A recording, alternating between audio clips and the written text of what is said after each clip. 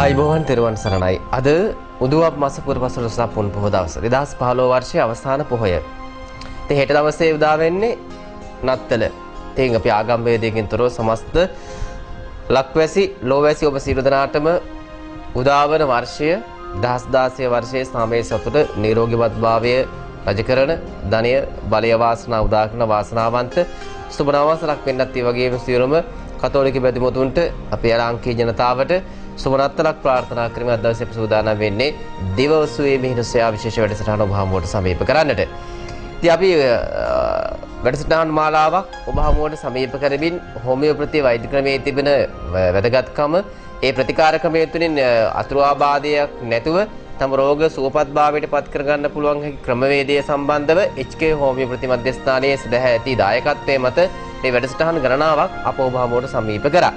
ඉතින් මම හිතන්නේ මේ වැඩසටහන් මුලින්ම හෝමියෝපැති වෛද්‍ය ක්‍රමයේ තිබෙන අභිමානය පිළිබඳව එක දිගට වැඩසටහන් මාලාවක් ගෙන හැරපෑවේ දම්සක් දහමුදාන පොදා විකාශිත අපි ඉතින් ඒ පිළිබඳව ආඩම්බරයෙන් කියනට ඕනේ. ඉතින් අපි ඉන් අනතුරුව තමයි බොහෝ අය මේ පිළිබඳව අවධානය යොමු කරේ. මේ වැඩසටහන් මාලාව මම හිතන්නේ වෛද්‍ය අනුෂා හේමකවර මහත්මිය සමගින් වර්ෂයකට වැඩි කාලයක් නොකඩවා හෝමියෝපැති වෛද්‍ය වැඩසටහනක් ගෙනාවා නම් ගෙනාවේ මේ වැඩසටහන මාලාව පමණයි. මේ පිළිබඳව අපි ආඩම්බරයෙන් මේ වර්ෂ අවසානයේදී අපි කතා කරන්න ඕනේ. ඉතින් ඒ සඳහා HK හෝමියෝපැති වෛද්‍ය මධ්‍යස්ථාන දැක් වූ අනුග්‍රහය අපි බොහොමත්ම ගෞරවයෙන් යුක්තව මේ මොහොතේදී සිහිපත් කරන්නේ ඔවුන්ගේ දියුණුව අභිවෘද්ධිය නොවදව සැලසේවා කියන ප්‍රාර්ථනාවත් එක් කරමින්. ඉතින් අපි මේ සියලු කරුණු කාරණාවන් කතා කරන මත්ින් අපි අපේ යුතුයකමක් ඉටු කරන්න ඕනේ. ඒ තමයි මේ හෝමියෝපැති වෛද්‍ය ක්‍රමය වැඩි දියුණු කරන්නට ඒ වගේම විශාල ගෝල බාල පරම්පරාවක් මේ සමාජයට දායාද කරන්නට මහා කැපකිරීමක් සිදු කරපු මහාචාර්ය TC පීරිස් වෛද්‍යතුමන් මේ මොහොතේදී අපි සිහිපත් කරන්න ඕනේ. එතුමන් පහුගිය දවසක මේ ලෝකෙන් අතහැර ගියා. ඉතින් එතුමන්ට අපි ප්‍රාර්ථනා කරන ඒ කරපු සියලු කුසල සම්භාර ධර්මයන්ගේ බලයෙන් එතුමන්ට ජාත්‍ය ආදී දුකෙන් නිදහස් ලබන උතුම් වූ නිවන පසක් කර ගැනීමට TC පීරිස් ඒ වෛද්‍යතුමන්ට මහාචාර්යතුමන්ට ශක්තිය ධෛර්යය උදා වේවා. එතුමන්ගේ පරලෝ ජීවිතයේ සූපත් වේවා කියන ප්‍රාර්ථනාව එක් කරමින් අද දවසේ වැඩසටහන එන මෙලෙසින් ආරම්භ කරන්නේ. ඉතින් මේ සියලු කතා බහ කරන අපස්තම නිරන්තරයෙන් සුපුරුදු පරිදි එකතු වෙන්නේ දෙහිවල ගල්කිස්ස මහනගර සභාවේ හෝමියෝපැති වෛද්‍ය මධ්‍යස්ථාන ස්ථානභාර වෛද්‍ය නිලධාරිණී අනුෂා හේම කුමාර වෛද්‍යතුමිය එතුමියටත් අපි සුබ අලුත් අවුරුද්දත් සහ සුබ නත්තලක් වේවා කියන ප්‍රාර්ථනාවත් එක් කරමින් ආයුබෝවන් ප්‍රභුතුමී පිළිකර ලබනවා. අද අපි ඔබට වැදගත් වෙන කරුණු බොහොමයක් කතා කරන බලාපොරොත්තු වෙන ඒ තමයි විශේෂයෙන් මතක් කරන්න ඕන අපි හැම කෙනෙක්ම දන්නවා පීනස කියන්නේ ටිකක් අපට කරදරකාරී රෝගයක්. ඒ වගේම තමයි වීස් එක කියන්නේ ටිකක් කරදරකාරී රෝගයක්. මේ රෝගී දෙක සහ ආතරයිටිස් රෝගය සම්බන්ධව තමයි දවසේ අපි කතා කරන්නේ. මුලින්ම අපි කතා කරමු වෛද්‍යවරේ මේ පීනස් සමාරෝහ කියන්නේ කුමක්ද? මේ රෝගය සඳහා ප්‍රතිකාර මේ හෝමියෝපැති වෛද්‍ය ක්‍රමය තුළ තිබෙනවද? ඔව්. පීනසය කියලා කියන්නේ අපේ ශ්වාසනාල පද්ධතියේ අපේ ඒ කියන්නේ මේ ශ්වාසනාලයේ උඩු කොටස ඇතිවන ප්‍රදාහක තත්ත්වයක්. මේ තත්ත්වයේදී කෙනෙක්ගේ එක රෝග ලක්ෂණ විදියට අපි ගත්තොත් ඒ කියන්නේ කිවිසුම් යාම. ඒ කියන්නේ මූලිකවම කරන්නේ උදේ වරුවේදී එංගලන්ට අධික ලෙස කිවිසුම් යාමක් මේ රෝගීදී රෝග ලක්ෂණ ලෙස දකින්න පුළුවන්. මේ සමහරක් අය ඒ කියන්නේ උදේ නැගිට්ට ගමන් කිවිසුම් යාමත් සමහරුන් බිමට අඩිය තියෙනකොටම කිවිසුම් යාමත් ඒ වගේම වතුර අල්ලනකොට කිවිසුම් යාම වගේ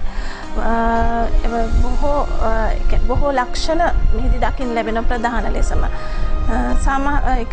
සමහරක් උදවියට ඒ කියන්නේ එළියට යන්න බෑ. ඒ කියන්නේ සීතල වගේ දේශගුණ වගේ වෙනකොටත් මේ පීනස් ගතිය වැඩි කමක් දකින්න ලැබෙනවා. පීනස කියලා කියන්නේ මේ කිවිසුම් යාම ගතිය. ඒ වගේම සමහරක් අයට එනවා සොටු දියර ගැලීම මේ සමගම. මෙතෙන්දී සොටු දියර ගැලීම සමහරක් අය හිතනවා මේක සෙම්ප්‍රතිශ්‍යාව කියලා.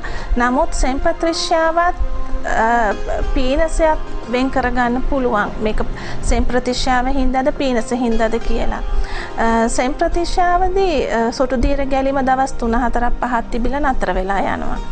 නමුත් පීනසේදී මේ සොටු දියර ගැලීම දිගින් දිගටම යාලට පවතින යම් කිසි අසාත්මිකතාවයක් ඇති වුණ පස්සේ තව එකක් කිව්වොත් ඒ කියන්නේ සමහරුන්ට තියෙනවා සොටු දියර ගලන්නේ කිවිසුම් යාම තියෙනවා. තවත් සමහරුන්ට සොටු දියර ගලනවා කිවිසුම් යන්නේ. නමුත් මේ හැම එකක්ම පීනස් කියන තත්ත්වයට පීනස් කියන ගණයට වැටෙනවා. පීනස් රෝගයේ තිබෙන ලක්ෂණ පිළිබඳව තමයි වෛද්‍යමය පැහැදිලි කිරීමක් කරේ. පීනස් රෝගය කියන්නේ ඉතින් බොහෝ අය අතිශයින් පීඩා විඳින රෝගී තත්ත්වයක් වෙන කරුණ පැහැදිලි කරානේ. වෛද්‍යවරුන්ට පැහැදිලි කරන්න මේ රෝගී තත්ත්වය වැඩිවන්නට මොන වගේ කරුණු කාරණාවන්ද බලපාන්නේ? තවත් රෝගී ලක්ෂණ මොන හරි තිබෙනවද? ඔව්. සාමාන්‍යයෙන් ඒ කියන්නේ අපි ආශ්‍රය කරන ඒ කියන්නේ ගෙවල් වල හුරතලයට ඇත්තඩි කරන ඒ කියන්නේ සත්‍යයෙන් එන ලොම් වලින් ඒ ආග්‍රහණය වීම තුලින් ඒ වගේම නොයෙකුත් ඒ කියන්නේ සෙන්ට් වර්ග වගේ ඒවා සමහරක් පාවිච්චි කිරීම තුලින් ඒ තුලින් ඇතිවන අසාත්මිකතාවය ඒ වගේම සමහරක් කෑම බීම වලින් අපිට එනවා. ඒ වගේම ඒ කියන්නේ අයිස්ක්‍රීම් වගේ දේවල් පාවිච්චි කිරීම තුලින් සමහරක් අයට සොසන පද්ධති මේ ඒ කියන්නේ මේ පීනස ගතිය ඇති වෙන්න පුළුවන් ඒ අසාත්මිකතාවය නිසා මේ වගේ නොයෙකුත් හේතු අපි ගත්තොත් මල් වල පරාගය ඒ වගේම රාත්‍රී නිදි මැරීම ඒ වගේම සමහරක් අයගේ දවල් කාලේ ඇතිවන නිින්ද ඒ වගේම රාත්‍රියට ශීතල ආහාර ගැනීම මේ වගේ ඒ වගේම පින්න යාම උදේ සමහරක් අයට ඒ කියන්නේ පින්න බලපානවා. මේ වගේ නොයෙකුත් හේතුන් නිසා අපේ මේ පීනස් ගතිය වැඩි වෙන්න පුළුවන්. නමුත් මේ හැම දෙයක්ම ඒ ශරීරවල වලට ඔරොත්තු දීමේ හැකියාවත් සමග තමයි එළියට එන්නේ. ඒ අසත්මිකතාවය එන්නේ. ඉතින් ඔබ වන්න රෝගී තත්ත්වයේ මෙව රෝගී තත්ත්වයෙන් පීඩා විඳින අයෙක් නම් ඉතින් ඔබට හොඳ පරිවිඩයක් පවත්වන්න වාදන කොහොමද ඔබ මේ තත්ත්වය සූපත් භාවයට පත් කරගන්න හේතු වෙන්නේ කියලා. තිරයේ දිස්ත්‍රන දුරකථන අංක සටහන් කරගන්න වෛද්‍යතුමියට කතා කරන්න.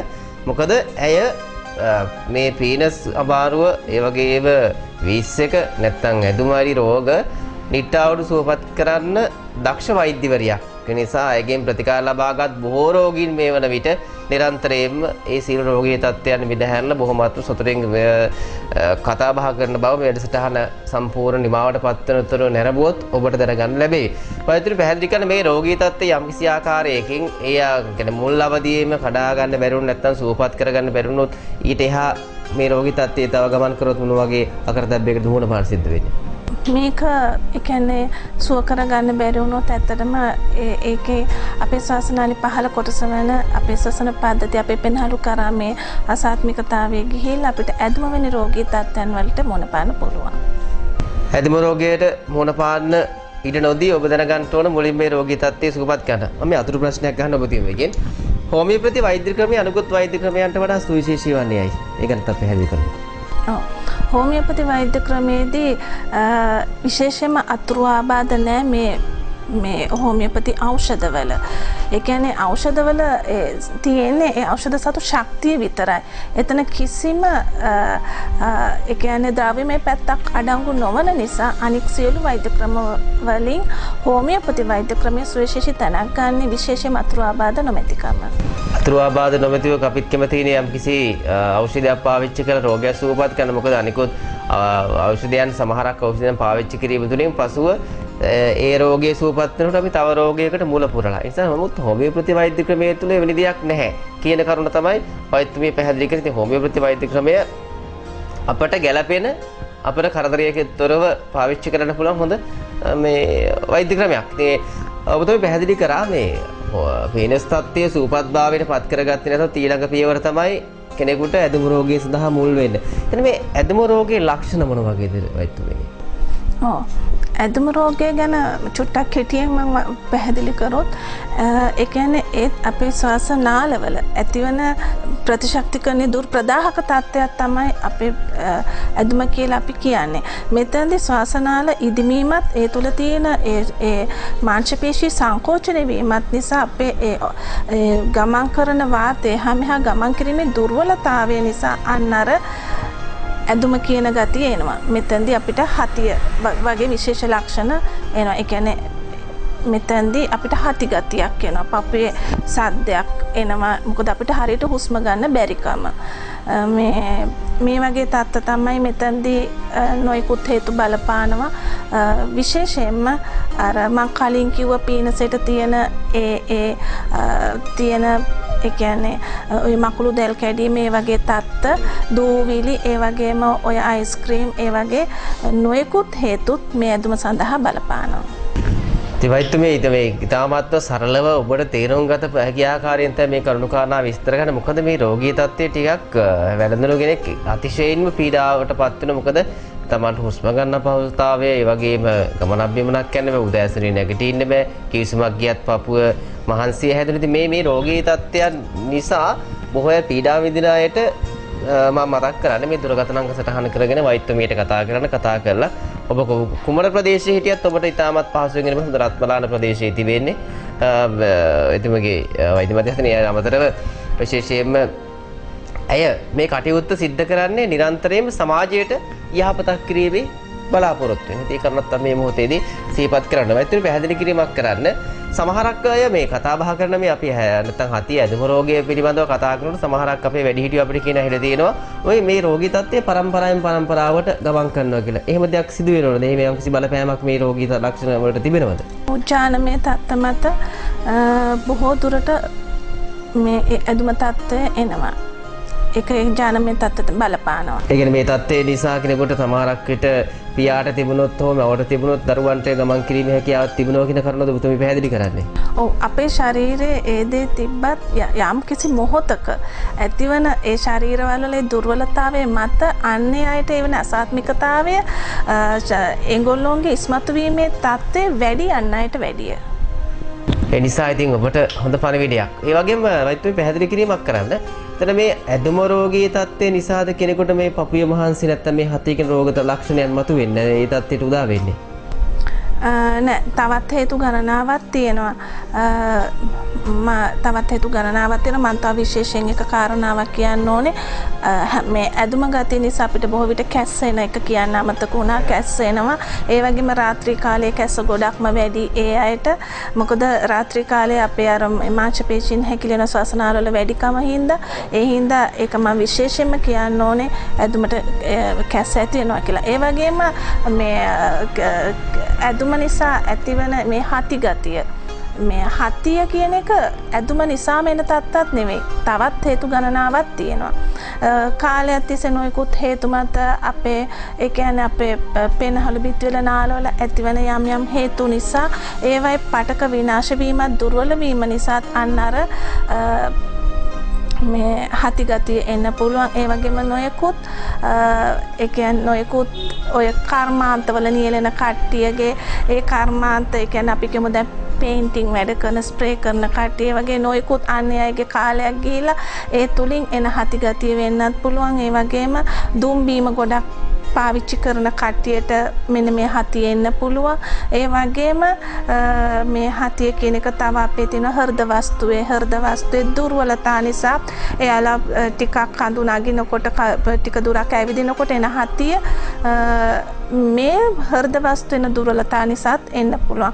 ඒ වගේ පෙනහළු වල අධිරුධිර පීඩන තත්ත්ව මේ වගේ නොයෙකුත් හේතු නිසාත් හති ගතිය ඇති වෙන්න පුළුවන්. මෙතනදී ඒ වෛද්‍යවරයා කියන්නේ අපි වෛද්‍යවරුන් විදිහට බලනවා මේ කුමන ඒ කියන්නේ මේක හෘද වස්තු එන එකක්ද, මේක පෙනහළු වලින් එන එකක්ද, පෙනහළු වල බොහෝ දුරට ශ්ලේෂ්මල කියන එක සම්බන්ධයි සෙමත් එක්ක එන්නේ.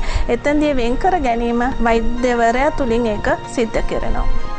එනිසා ඔබ හතිය ඇදුමාදී මේ රෝගී තත්ත්වයන්ගෙන් පීඩා විඳි අයෙක් නම් ඉතින් ඔබට නැවතවරක් මතක් කරන්නේ තිරේදේශන දුරකථන අංක සටහන කරන වෛද්‍ය අනුශාහි කුමාර මහත්මියට කතා කරලා ඔබට පුළුවන් ඒ රෝගී තත්ත්වයෙන් අත් මිදෙන්නට අවශ්‍ය කරන ප්‍රතිකාරයන් ලබා ගන්න. මොකද විශේෂයෙන්ම කුඩා දරුවන් පාසල යන දරුවන් බොහෝ අවුරුද්දට නිදිවැරීම් කටයුතු සිදු කරන නිසා උදෑසන නැකිරීම නිසා මේ දරුවන්ට මේ පීනස් රෝගය හතිය ඇදුමාදී රෝගී තත්ත්වයන් ලක්ෂණ අපිට දකින්නට වැඩි සමාජය තුළ.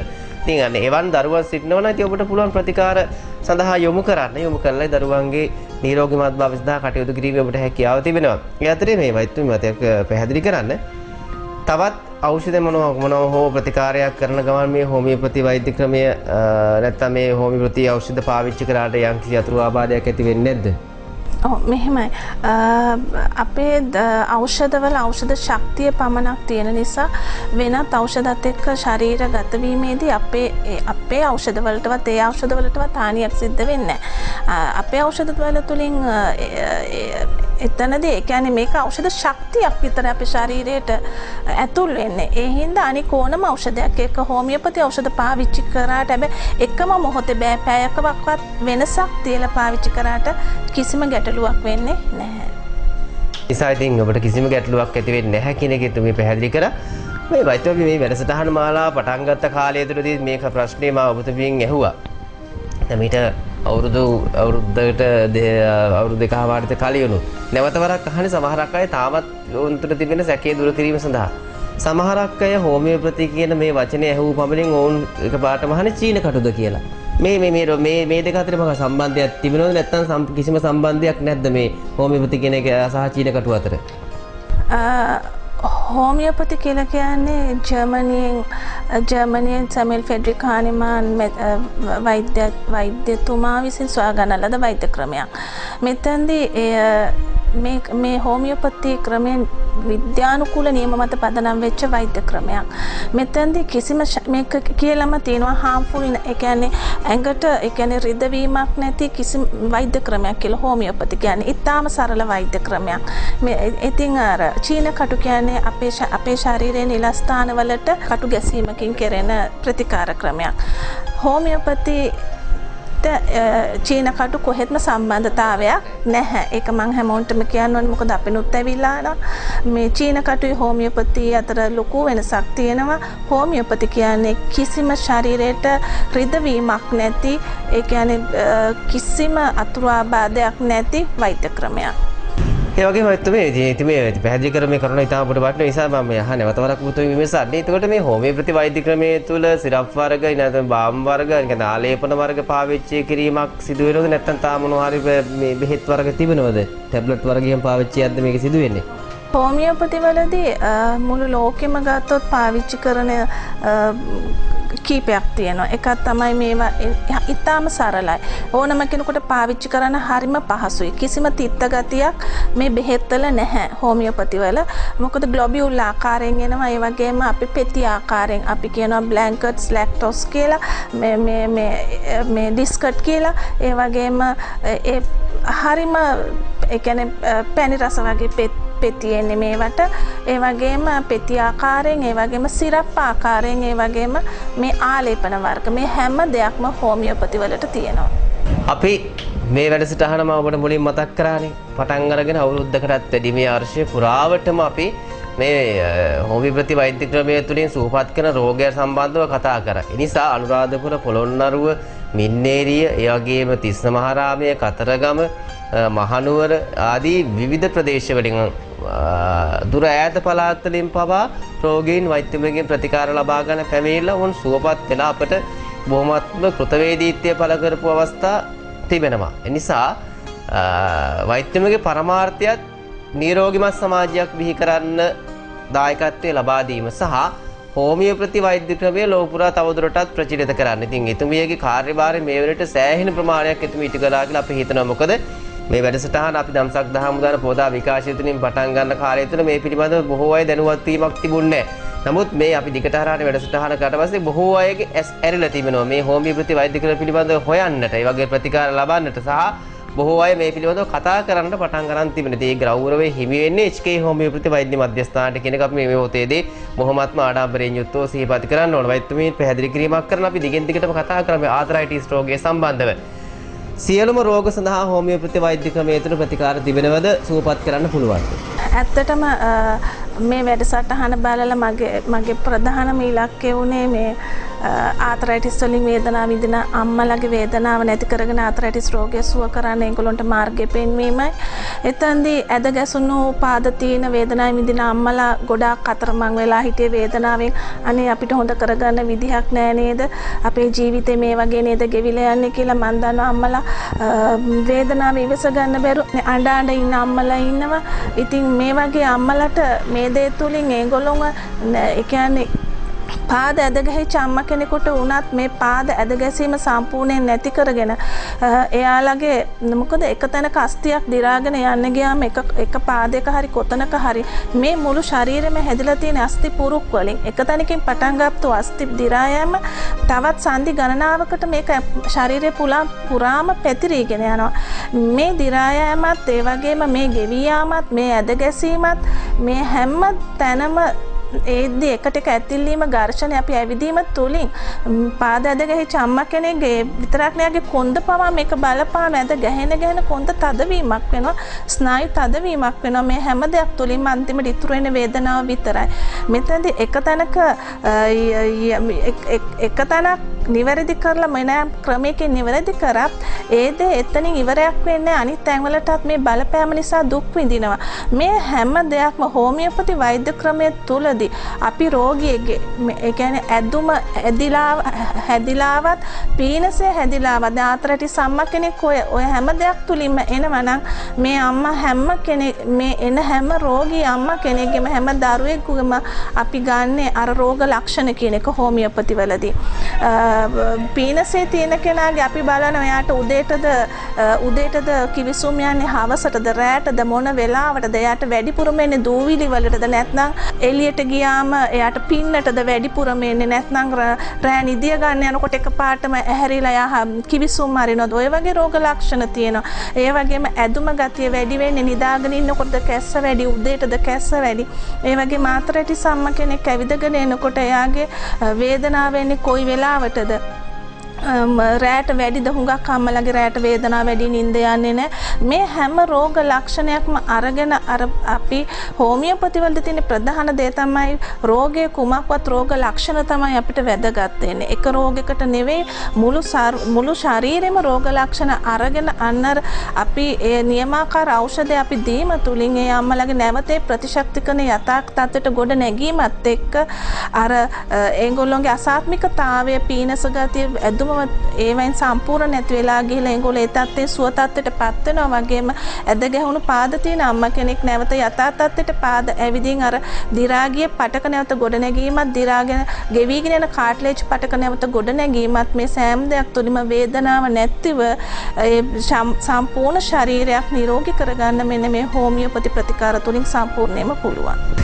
මම හිතන්නේ වැදගත් පණිවිඩයක් අද දවසේ ලබා දුන්න. ඉතින් මේ වර්ෂයේ අවසාන පොහොය දවස වගේ මේ වර්ෂය අපි සිදු කරන අවසාන වැඩසටහන. ඉතින් ඒ නිසා අපි නැවත හමු වෙන්නේ 2016 වර්ෂයේදී. ඉතින් අපි ඔබට නැවත වරක් ප්‍රාර්ථනා කරන්නේ ඔබට නිරෝගීමත් ජීවිතයක් ගත වෙන ශක්තිය ධෛර්යය ලැබේවා. දුරකථන අංක සටහන් කරන 071 250 750 250 කින් දුරකථන අංක ඔස්සේ ඔබට පුළුවන් සම්බන්ධ කරන්න. ඒ වගේ 0112 731 695 0112 731 695 දුරකථන අංක සටහන් කරගන්න.